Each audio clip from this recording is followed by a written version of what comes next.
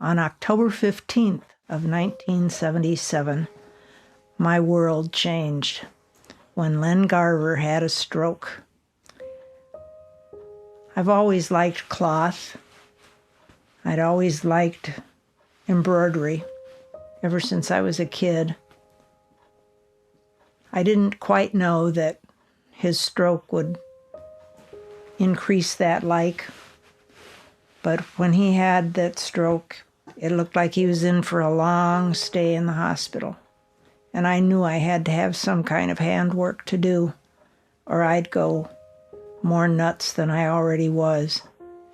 So I started a crazy quilt. Now, those of you that are quilters know that crazy quilts were the first thing that really brought quilts out of the bedroom and into the living room, because people saw them as decoration. Well, this didn't start out to be a decoration. Because he couldn't walk initially, this started out to be a lap quilt, something that he could have as he was in the wheelchair. His stroke affected him so that he was partially paralyzed on the right side of his body. So my intention was to make 9 blocks using wool. Most crazy quilts use velvet and satin and fancy fabrics. This particular quilt is wool. I used muslin backing. I can't remember the size of the squares, and if I had a ruler, I'd measure them and tell you, but that's not why I'm telling you this story. I made muslin backing and attached wool scraps to, I think I started with just 3 blocks to begin with for a top row. And then embroidered and decided that I'd put words so that as he sat in his wheelchair, little did I know at that point that they'd keep him busier than busy at Sunnyview Rehab Hospital. But I'd put words in the blocks. So I just continued on the way, because after all, this was a quilt to keep me occupied, with him as the eventual owner of it. So faith, hope, and love were embroidered on the top 3 blocks. And some of the wool was from a dress that I had, and the scraps made up a dress for my daughter, Meg. One scrap was her Highland dance kilt. Another scrap was my son Andrew's coat. My mother was quite a dressmaker and quite an accomplished seamstress. So we had lots of wool scraps around. Then the next row got to be a little more challenging word-wise, but I put in joy, a quote from Winston Churchill, never, never, never, never give up, and determination. I think you sort of see the theme of the words. They were supposed to be encouraging words for him. A dress my mom had made for me with a jacket. Some of the pieces I've kind of forgotten what the garment was.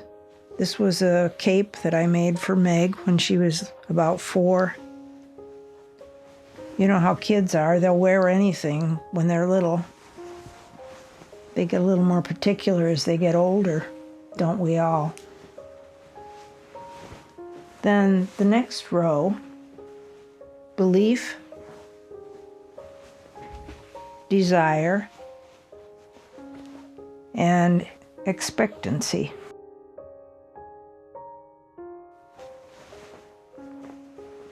Those were the next 3, because this was only going to have 9 blocks, or so I thought. Well, Len kept getting better and better. They taught him to walk, and I realized that the quilt was going to probably not be something that he had in his lap in a wheelchair, but more like a quilt that he could pull up over himself if he lay down on the sofa. So 3 more blocks needed to be added. By this time, I'd run out of words, and we were at a lunch. He was back home. I think he came home around December. Remember, the stroke happened in October, and he was in the rehab hospital for 7 weeks. It seemed like forever. But we were at this luncheon, and it was with our minister and a number of friends from church, and I said, where would you get words that would fit in with these other words? And they went around the table and came up with various suggestions, and they said, well, your best bet's go to a thesaurus. So they came up with promise, trust, and patience. And as they circled back around, Len said, well, I've got words, but it's more than 3. And I looked at him, and those of you that knew Len, he had quite a sense of humor. And he came out with, it's 6 words. And I said, well, what are you talking about? And his addition was, should have married a shorter man. I told him it'd serve him right if I embroidered that on the last 3 blocks, but I didn't.